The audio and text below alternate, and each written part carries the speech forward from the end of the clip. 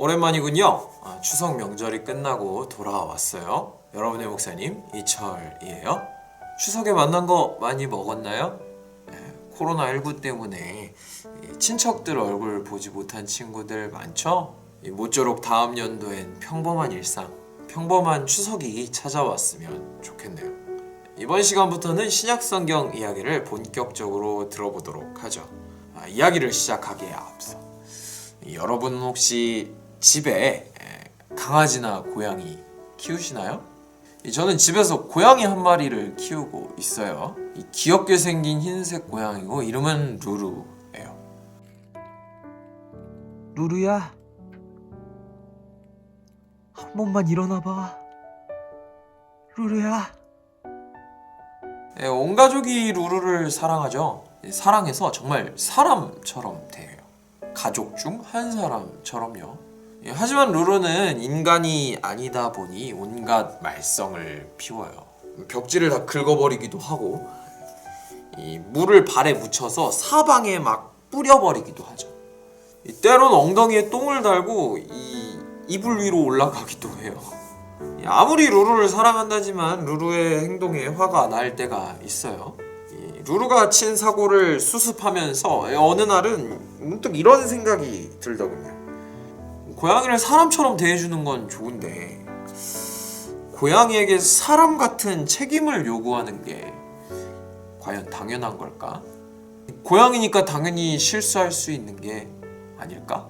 그리고 이런 생각까지 했어요. 아니 어쩌면 우리 가족은 사람의 잣대로 고양이에게 동물의 본성과 다른 삶을 강요하는 건 아닐까? 그렇죠. 우린 한 번도 고양이였던 적이 없는데 우리 입장에서의 사랑을 일방적으로 강요한다면 그건 사랑이 아니라 폭력 아닐까요? 진정한 사랑은 사랑하는 대상의 입장까지 다 헤아리는 사랑 아닐까요? 오늘부터 이어지는 이야기는 바로 이러한 진정한 사랑의 이야기예요. 하나님은 자신의 전능함으로 진정한 의미의 사랑을 이루어 내셨어요. 이 이야기는 다음과 같은 말로 시작되어 말씀이 육신이 돼요.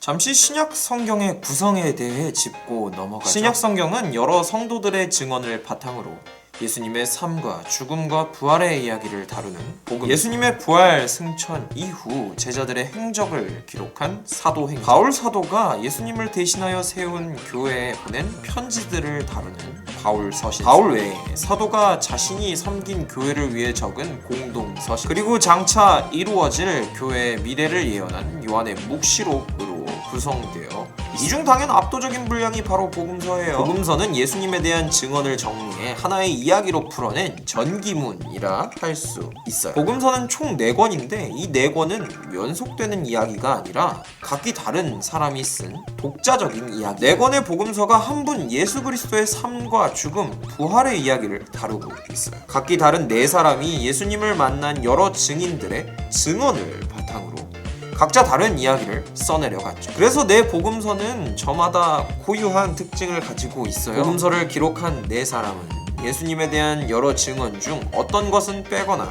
어떤 것은 더하거나 또 어떤 것은 강조하거나 어떤 것은 간단히 언급만 하거나 하면서 저마다 예수님에 대한 이야기를 썼죠. 증언이 서로 다른 부분이 있지만 이러한 차이가 4권의 복음서를 서로 부딪히거나 충돌하게 만드는 건 아니에요. 도리어 서로를 보완하죠. 한 복음서에서 만나보지 못한 새로운 예수님의 모습을 다른 복음서에서 만나볼 수 있어요. 차이도 분명 존재하지만 이야기의 큰 틀은 4복음서가 일치를 보이고 있어요. 우리는 4복음서가 공유하는 사건들을 바탕으로 크게 5편으로 예수님의 이야기를 살펴보고자 해요. 오늘은 다음 주부터 시작될 5편의 이야기의 프롤로그라 할 수 있겠어요. 여러분도 알다시피 하나님께서는 세상을 말씀으로 창조하셨어요. 하나님이 말씀하시면 그대로 이루어졌죠. 이후에도 하나님께서는 말씀으로 세상을 심판하셨고, 말씀으로 사람을 가르치셨고, 말씀으로 아브라함을 부르셨고, 말씀으로 이스라엘과 계약을 맺으셨어요. 이스라엘이 가나안 땅에 들어가서 왕정을 수립하고 타락하고 무너지는 동안에도 하나님께서는 말씀을 통해 이스라엘과의 관계를 유지하셨어요. 그런 말씀이 이젠 몸이 되어 이 땅에 나셨다고 요한은 증언하고 있어요. 그러니까 하나님께서는 이제 말씀만이 아니라 직접 인간이 되어 삶을 살아보시기로 한 거예요. 단순히 인간에게 말씀만 하고 다그치시고 화내시고 벌을 내리시는 게 아니라 직접 인간이 되어 인간 편에 서보시기로 한 거예요. 나와 너의 경계를 지우는 완전한 사랑의 시작, 그게 바로 예수님의 성육신 사건이었어요. 룰을 사랑한다고 해서 제가 직접 고양이가 돼볼 수는 없을 뿐더러 만약 고양이로 한번 살아볼래? 해도 솔직히 그러고 싶지는 않아요. 어쩌면 사랑한다고 말은 하지만 이 능력도 사랑도 부족한 건 아닐까 싶어요. 고양이 같은 반려동물과의 관계에서만 이 사랑이 부족함을 느끼는 건 아니에요.